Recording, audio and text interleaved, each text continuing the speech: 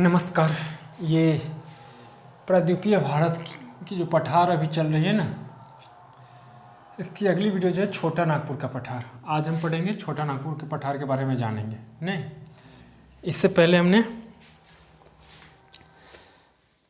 अरावली पर्वत, मालवा पठार, विंध्य पर्वत, सतपुरा पहाड़ी के बारे में जाना। नहीं, अरावली पर्वत, सतपुरा पहाड़, विंध्य पर्वत, मालवा पठार। आज हम छोटा नागपुर के पठार के बारे में जानेंगे। नहीं, छोटा नागपुर का पठार, इसको हम जानेंगे, समझेगा। नोट्स बना लीजिए। अब हेडिंग डालते चलते हो ना, जैसे जैसे मैं कह रहा हूँ यही क्वेश्चन सब बनते हैं, एग्जाम में बनेंगे, यही क्वेश्चन बनते हैं। आप नोट्स बनाते चलिए। सबसे पहले मैंने जो पिछली वाली जो वीडियो थी उसमें हमने आपका जो है अरावली पर्वत के बारे में एक ही वीडियो में हुआ था। अरावली के बाद आपका हो गया था मालवा पठार, उसके बाद विंध्य पर्वत भी शायद हो चुकी है। नहीं, विंध्य पर्वत, उसके बाद सतपुरा पहाड़ी हो गई है। आज जो है छोटा नागपुर का पठार करेंगे, ठीक है। फिर अगली जो रह जाएगी आपका पश्चिमी घाट पर्वत, पूर्वी घाट पर्वत, नीलगिरी पहाड़ी, दक्कन का पठार, अनामलाई पहाड़ी, कार्डमम या इलायची पहाड़ी, उस पर हम अध्ययन कर लेंगे। यहाँ से question UPSC, BPSC, PCS, NET, SET, TET, whatever competitive exam, सब में यहाँ से क्वेश्चन पूछे जाते हैं भर भर के। नहीं तो आप इसको अच्छी तरह समझोगे, नोट्स बनाते चलोगे, ठीक है। हेडिंग कर लीजिए, छोटा नागपुर का पठार। मैं आपसे समझते हुए चलते हैं, ओके, ठीक।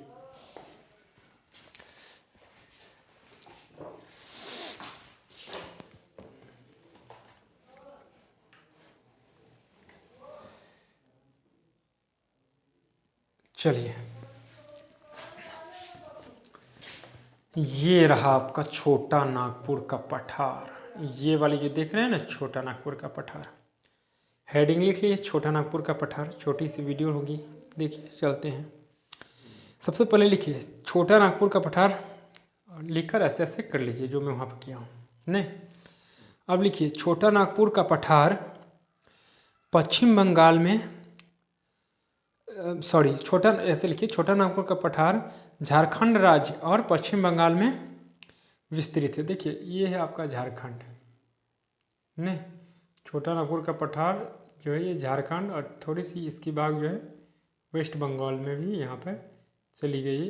छोट है लेकिन वाकई वेस्ट बंगाल में भी इसकी भाग जो है चली गई। ये छोटा नागपुर का पठार है आपका, ये झारखंड में, और इसका भाग जो है वेस्ट बंगाल में भी है, ठीक है। आगे लिखिए,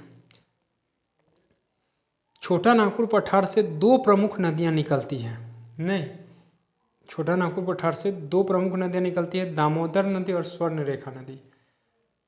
आप देख रहे हो, ये है आपका स्वर्णरेखा नदी, देख रहे हैं। छोटा नागपुर का पठार ये हो गया, इससे दो नदियाँ निकलती है, स्वर्णरेखा नदी और ये रहा आपका दामोदर नदी, दिखाई देती होगी आपको। नहीं, स्वर्णरेखा नदी और दामोदर नदी, आप समझते होंगे, उम्मीद है, ठीक है। आगे लिखिए, दामोदर नदी पठार के बीचों बीच अपनी भ्रंश घाटी के पूरब की ओर बहते हुए हुगली नदी में मिल जाती है। दामोदर नदी देख रहे हैं, बीचों बीच, ये रहा दामोदर नदी। दामोदर नदी कह रहा है छोटा नागपुर पठार के बीचों बीच बहते हुए हुगली नदी में मिल जाती है। हुगली क्या है? गंगा की ही एक धारा है। इसे वेस्ट बंगाल में जाने पर पश्चिम की ओर, दक्षिण की ओर मुड़ जाती है। पूरब से दक्षिण की ओर, दक्षिणवर्ती जो मुड़ गई है उसी को हम क्या नाम दे देते हैं? हुगली नदी। बट ये गंगा की धारा है। तो कह रहा है कि छोटा नागपुर पठार का जो ये नदी है, दामोदर नदी, छोटा नागपुर के पठार के बीचों बीच बहती है और हुगली नदी में मिल जाती है। नहीं,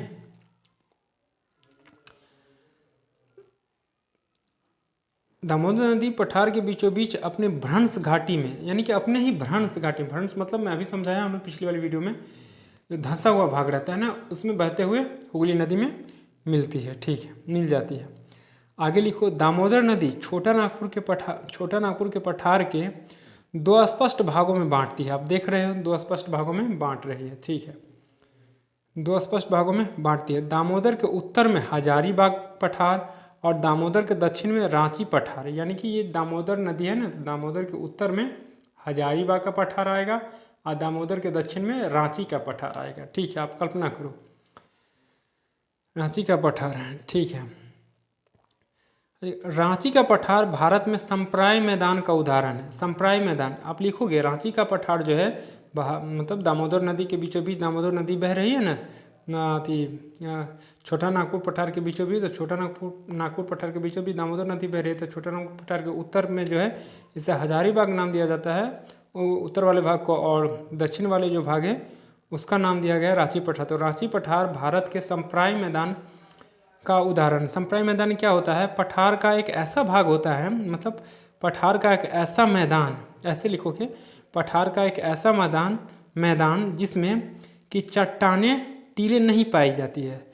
क्या होता है संप्राय मैदान? पठार का एक ऐसा मैदान जिसमें चट्टानें या टीलें नहीं पाई जाती है, ये है मतलब शिखर नहीं पाए जाते हैं, एकदम सा प्लेन हो। कैसा हो? प्लेन हो। इसलिए रांची पठार को संप्राय मैदान का उदाहरण है। रांची पठार किसका उदाहरण है? तो संप्राय मैदान का, जो कि नर्मदा नदी के दक्षिण में है। नर्मदा नदी के दक्षिण में है। ये जो दिख रही इतनी छोटी सी थोड़ी है, बहुत बड़ी है, तो नर्मदा नदी के दक्षिण में। आप लिखते चलोगे जैसे जैसे मैं बोला हूँ। एक बार और मैं बोल दूँ, दामोदर नदी पठार के बीचों बीच अपनी भ्रंश घाटी में पूरब की ओर बहती है हुई हुगली नदी में मिल जाती है। दामोदर नदी छोटा नागपुर के पठार को दो स्पष्ट भागों में बांटती है। आप लिखे होंगे, दामोदर के उत्तर में हजारीबाग पठार और दामोदर के दक्षिण में रांची के पठार है। रांची पठार भारत के संप्राय मैदान का उदाहरण। संप्राय मैदान क्या होता है? जिसमें कि चट्टानें टीले नहीं पाए जाते हैं, टीले मतलब ऊंचे ऊंचे शिखर नहीं पाए जाते, एकदम सा प्लेन हो, इसलिए रांची पठार को संप्राय मैदान का उदाहरण माना गया है, जो कि नर्मदा नदी के दक्षिण में है। अब आगे लिखिए, नोट्स करके लिख लीजिए, नोट्स, NOTC करके ऐसे ऐसे हेडिंग दे दीजिए और लिख लीजिए। नहीं, ऐसे करके लिखिएगा, नोट्स कर लीजिएगा और यहाँ से आप लिखना नीचे से, नहीं नोट्स करके। ठीक है, अब लिखो स्वर्ण रेखा नदी, भारत में 3 नदियाँ अपने भ्रंश घाटी में बहती है। भारत में जो है 3 नदियाँ अपने भ्रंश घाटी में बहती है। नर्मदा नदी की भ्रंश घाटी आप अभी देखे हो, नर्मदा नदी पश्चिम में नहीं, और एक ताप्ती की भ्रंश घाटी, और दूसरा जो है दामोदर नदी अपने भ्रंश घाटी में बहती है। तो भारत में 3 नदियाँ अपने भ्रंश घाटी में बह रही है, नर्मदा नदी, ताप्ती नदी और दामोदर नदी। ठीक है, आगे लिखिए, स्वर्ण रेखा नदी सीधे बंगाल की खाड़ी में गिरती है। स्वर्ण रेखा नदी यहाँ पर देख रहे हो आप, स्वर्ण रेखा नदी सीधे छोटा नागपुर पठार से निकलता है और सीधे बंगाल की खाड़ी में, जबकि दामोदर नदी हुगली नदी में मिलकर बंगाल की खाड़ी में अपना जल गिराता है। ठीक है, उसके बाद लिखिए, स्वर्ण रेखा नदी सीधे बंगाल की खाड़ी में गिरती है। झारखंड की राजधानी रांची स्वर्ण रेखा की नदी के तट पर ही है। झारखंड की राजधानी जो रांची है वो स्वर्ण रेखा नदी के तट पर है। रांची, झारखंड की जो राजधानी रांची है वो स्वर्ण रेखा नदी के तट पर है। ठीक, ये आपको याद रखनी है, पूछा गया, BPSC में पूछा गया क्वेश्चन है कि किस राज्य की राजधानी जो है स्वर्ण रेखा नदी के तट पर है, तो झारखंड की राजधानी रांची। ठीक है, चलिए, झारखंड की राजधानी रांची स्वर्ण रेखा के नदी तट पर है। आगे लिखिए, छोटा नागपुर का पठार भारत में खनिजों की दृष्टि से सबसे समृद्ध पठार है। ये छोटा नागपुर का जो पठार है जो अभी हम पढ़ रहे हैं, ये भारत में खनिजों की दृष्टि से मतलब एकदम भरा पड़ा है। ये इसमें सब कुछ पाया जाता है। आप यहाँ पर देख लो, इसमें कोयला भी पाया जाएगा, सोना भी पाया जाएगा, लोहा भी पाया जाता है, यहाँ तक कि यूरेनियम भी पाया जाता है। इसीलिए छोटा नागपुर का जो पठार है उसे भारत का जो है रूर प्रदेश कहा जाता है। छोटा नागपुर क्या कहा जाता है? भारत का रूर प्रदेश कहा जाता है। रूर जर्मनी में एक देश है, रूर प्रदेश जर्मनी में है। जर्मनी में 2 नदियाँ बहती है, एक को रूर और दूसरे वाला को राइन कहते हैं। रूर और राइन का जो बीच क्षेत्र है ना, बीच वाला भाग, बीच का जो क्षेत्र है उसे हम रूर प्रदेश कहते हैं। और रूर प्रदेश में बहुत से खनिज पाए जाते हैं, इसीलिए इसे हम भारत का रूर प्रदेश कहा जाता है। नहीं तो ये थी, लेकिन छोटा नागपुर पठार में खूब खनिज मतलब समृद्ध है ये सारी चीज़ें। यूरेनियम ये जब हम थी ज्योग्राफी में आगे पढ़ेंगे और क्या बोलते हैं उसको, माय गॉड, जब हम आगे पढ़ेंगे, 1 मिनट, सॉरी यार, कहाँ गया यार,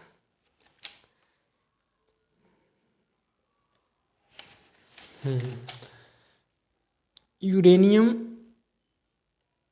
यूरेनियम जो है ना, यूरेनियम आपका हो गया, कोयला, ये सारी चीज़ें जब हम आयरन वाली जो चैप्टर पढ़ेंगे ना,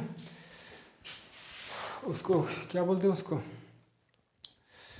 लोहा कोयला वाली जो चैप्टर पढ़ेंगे अलग से, धातु अधातु मिनरल, तो उसमें यूरेनियम पर चर्चा होंगी अच्छी तरह से। फिलहाल यहाँ चलिए, यहाँ तक आप समझ गए हैं ना, आगे देखते हैं क्या होता है। अब आगे लिखो, छोटा नागपुर पठार के उत्तर पूर्व में, यहाँ तक आप लिख लिए हैं ना कि इसे रूर या राइन प्रदेश कहा जाता है, रूर प्रदेश जर्मनी में जो है, हाँ लिख लिए होंगे आप, उम्मीद है, नहीं तो आगे पीछे करके वीडियो देखिए। आगे देखते हैं, आगे लिखो आप, छोटा नागपुर पठार के उत्तर पूर्व में राजमहल पहाड़ी, आप देखो छोटा नागपुर पठार के उत्तर पूर्व में, ये रहा आपका छोटा नागपुर पठार के उत्तर और पूरब में, देख रहे हैं आप, ये देखिए यहाँ पे राजमहल पर्वत ये है ना, तो छोटा नागपुर पठार के यहाँ पे मैं दिखाई दे रही होगी आप, ये वाली छोटा नागपुर पठार के उत्तर पूर्व में राजमहल पर्वत है, देख रहे हैं, ठीक। तो राजमहल पहाड़ी जो है ना, राजमहल पहाड़ी छोटा नागपुर पठार के उत्तर पूर्व में पड़ता है। राजमहल की अवस्थिति जो है मुख्य रूप से झारखंड राज्य में है। आप कैसे लिखोगे, छोटा नागपुर पठार के उत्तर में राजमहल पर्वत है, राजमहल पहाड़ी जो है ना छोटा नागपुर पठार के उत्तर पूर्व में पड़ता है। राजमहल की अवस्थिति मुख्य रूप से झारखंड राज्य में है, मुख्य रूप से झारखंड राज्य में, आप ऐसे करके लिखोगे और समझोगे। एक और लिख लीजिए, हेडिंग दे लीजिए, शिलोंग पठार या मेघालय पठार, आप एक हेडिंग दे दीजिए, शिलोंग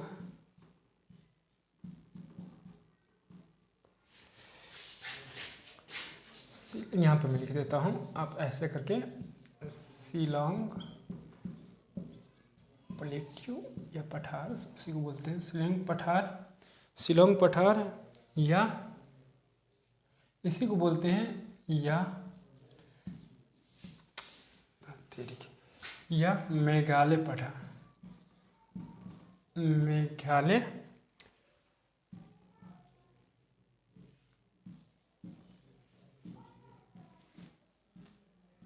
पठार, ओके। और इसको ऐसे ऐसे कर दीजिए, नहीं, अब यहाँ पे लिखिए इसको नोट्स करके, ठीक। लिखना ये है आपको कि शिलोंग पठार, लिखना शुरू कीजिए, शिलोंग पठार कोई स्वतंत्र पठार न होकर प्रायद्वीपीय भारत के पठार का ही एक हिस्सा है। यानी कि शिलोंग पठार, वेयर इज मार्कर, शिलोंग पठार जो है आप देख रहे हो, ये रहा आपका शिलोंग पठार, ये जो है शिलोंग पठार या मेघालय पठार, मैं इसी की बात कर रहा हूँ। तो आपको लिखनी है कि शिलोंग पठार कोई स्वतंत्र पठार न होकर प्रायद्वीपीय भारत के पठार का ही एक हिस्सा है। शिलोंग पठार कोई स्वतंत्र पहाड़ मतलब पठार न होकर ये प्रायद्वीपीय भारत, जो प्रायद्वीपीय भारत अभी हम पढ़ रहे हैं पूरी, उसी का निकला हुआ भाग है, ठीक है। यद्यपि लिखते चलोगे आप, यद्यपि शिलोंग पठार की अवस्थिति हिमालय की नज़दीक है, यहाँ से ये वाली भाग हिमालय है, आप कल्पना कर सकते हो, इतना तो जानते होंगे। तो यद्यपि शिलोंग पठार की जो अवस्थिति हिमालय के नज़दीक में है, नहीं हिमालय के नज़दीक में है, लेकिन वास्तव में ये राजमहल पहाड़ी का ही पूर्व की विस्तार है। यद्यपि यह हिमालय के नज़दीक है, लेकिन ये जो राजमहल पहाड़ी है ना, ये वाली इसी का उत्तर पूर्व में निकला हुआ भाग है, विशेष करके पूर्व की ओर, नहीं ये वाली भाग निकला हुआ है, राजमहल पहाड़ी का ही निकला हुआ भाग है। इससे पहली वाली वीडियो जो हिमालय की थी उसमें भी इस पर चर्चा हुई थी थोड़ी बहुत, आप जाकर देख सकते हो। नहीं तो यहाँ भी समझ लीजिए कि ये जो है शिलोंग पठार क्या है, ये प्रायद्वीपीय भारत पठार, प्रायद्वीपीय भारत का जो पठार है हमारा पूरा प्रायद्वीपीय भारत पठार समझाया हूँ ना, ये वाली जो आकृति है हमारी, इस तरह से जो है त्रिभुजाकार, नहीं ये वाली जो है प्रद्वीपीय भारत, पीछे वाली वीडियो जाकर देखिए। तो इसी का पूरब की ओर, उत्तर पूरब की ओर निकला हुआ भाग है, नहीं राजमहल पर्वत है, तो उसी का निकला हुआ प्रद्वीपीय भारत पठार है ना, जो निकला है यहाँ पे राजमहल पर्वत है। और राजमहल पर्वत का ही ये वाली जो भाग है सेवन सिस्टर जो है ना, असम मेघालय ये सब, वहाँ पर छोटे छोटे पठार में बट गया है। अभी यहाँ पर देखिए आप, मैं ये कहना चाह रहा हूँ कि प्रद्वीपीय भारत के पठार राजमहल पहाड़ पर्वत है, और राजमहल पहाड़ी जो है इसी का निकला हुआ भाग जो है शिलोंग पठार है, या मेघालय पठार जिसे कहते हैं, जो कि ये सेवन सिस्टर है, इसके अंतर्गत आ जाता है, मतलब असम मेघालय में, नहीं उत्तर पूरब में। ठीक है, तो आपको क्या लिखना है, इतना तक लिख लीजिए। शिलोंग पठार कोई स्वतंत्र पठार न होकर प्रद्वीपीय भारत के पठार का ही एक हिस्सा है। यद्यपि शिलोंग पठार की अवस्थिति हिमालय की नज़दीकी है, लेकिन वास्तव में ये राजमहल पहाड़ी का ही पूर्वी विस्तार है। यद्यपि यह यहाँ पे हिमालय है, लेकिन यह राजमहल पहाड़ का ही पूरब की ओर विस्तृत है भाग है। ठीक है, बीच के भाग में गैप आ गया है, क्योंकि बीच का भाग धंस गया, अवतलित हो गया है। इसे अवतलित भाग को गंगा और ब्रह्मपुत्र नदियों ने अपने जलोढ़ निक्षेपों से जमाव से भर दिया है। अब देखिए, अब इंटरेस्टेड है, ये हिमालय के नज़दीक है राजमहल पर्वत, देख रहे हैं यहाँ, और यहाँ से बहुत सारी नदियाँ बहती हैं। हम जानते हैं हिमालय से बहुत सारी नदियाँ निकलती हैं, और ज़्यादातर की जो ढाल है वो उत्तर पूर्व की ओर है। नर्मदा और ताप्ती पश्चिम की ओर बहती है, लेकिन ज़्यादातर की ढाल उत्तर पूर्व की ओर है। तो यहाँ पर जो ब्रह्मपुत्र और गंगा नदियाँ जो है निकलती थी ना पूर्व काल में, तो यहाँ पर निकलते थे क्या, बहुत सारे मतलब मिट्टी निक्षेप सब लाकर क्या किया, यहाँ पे जमाव कर दिया। तो जमाव कर दिया, तो ये वाला भाग जो है यहाँ से यहाँ तक जुड़ा होना चाहिए, है जुड़ा ही, लेकिन मिट्टी क्या कर दिया ऊपर से, इसको यहाँ से यहाँ तक क्या कर दिया, भर दिया है। तो ये अंदर ही अंदर है, लेकिन एक निकला हुआ भाग जो है इसका यहाँ पर दिखाई दे रही है। लेकिन अगर ये मलबा हटाया जाए तो ये यहाँ से यहाँ तक दिखाई देगी। तो कहने का तात्पर्य है कि जो राजमहल पर्वत का ही निकला हुआ भाग क्या है, शिलोंग या मलबा पठार है, नहीं जो कि बहुत सारी नदियाँ खास करके जो है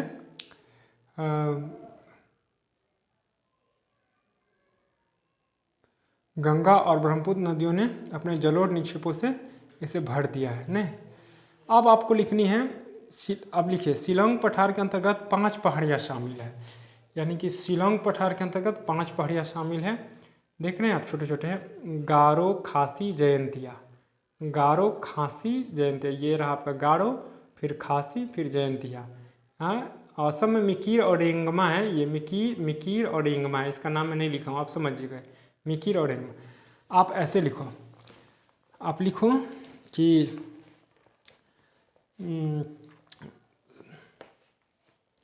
शिलोंग पठार के अंतर्गत 5 पहाड़ियाँ शामिल है। नहीं, लिखो हेडिंग करके, शिलोंग पठार के अंतर्गत 5 पहाड़ियाँ शामिल है। गारो, खासी, जयंतिया ये मेघालय में है, ये जो है गारो, खासी, जयंतिया ये कहाँ है, मेघालय में, यहाँ पे देख रहे हैं मेघालय, ये गारो, खासी, जयंतिया मेघालय में है, जबकि मिकीर रेंगमा असम में है। मिकीर और रेंगमा जो है असम में है। आप समझ गए होंगे, गारो, खासी, जयंतिया कहाँ है, गारो, खासी, जयंतिया मेघालय, गारो, खासी, जयंतिया हाँ मेघालय में, जबकि मिकीर रेंगमा असम में। आप 5 बार 4 बार याद करोगे, ऐसे आगे पीछे करके याद आ जाएगी। गारो, खासी, जयंतिया मेघालय में, और मिकीर और रेंगमा असम में। ठीक है, शिलोंग पठार की सबसे ऊंची चोटी नोकरेक है, जो गारो पहाड़ी के अंतर्गत पड़ता है। जो नोकरेक है शिलोंग पठार की, ये आपको वेरी इंपॉर्टेंट आपको याद रखनी है। जो शिलोंग पठार की सबसे ऊंची चोटी नोकरेक है, जो गारो पहाड़ी के अंतर्गत पड़ता है। गारो पहाड़ी के अंतर्गत ये जो है नोकरेक जो है गारो पहाड़ी के अंतर्गत ही आता है, जो कि शिलोंग पठार की सबसे ऊंची चोटी है। गारो, खासी, जयंतिया ये मेघालय के अंतर्गत आ जाता है, जबकि मिकीर और रेंगमा असम के अंतर्गत आ जाता है। तो ये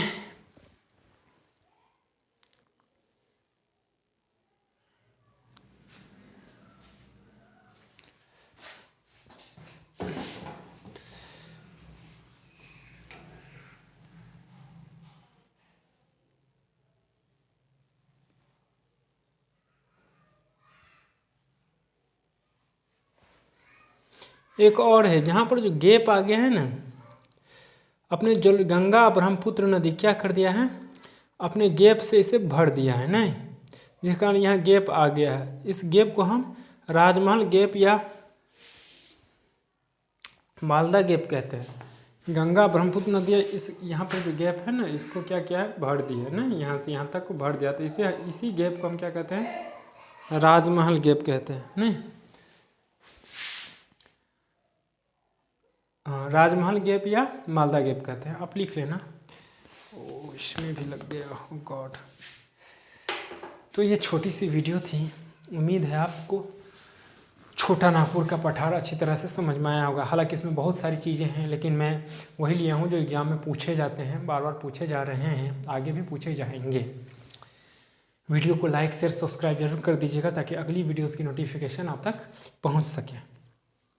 जैसे मैं अपलोड करूं आपके पास पहुंच जाए, और वीडियो को शेयर तो ज़रूर कीजिए ताकि दूसरे को भी बेनिफिट लाभ मिले। तो ठीक है, मिलते हैं अगली वीडियोज़ में। नमस्कार।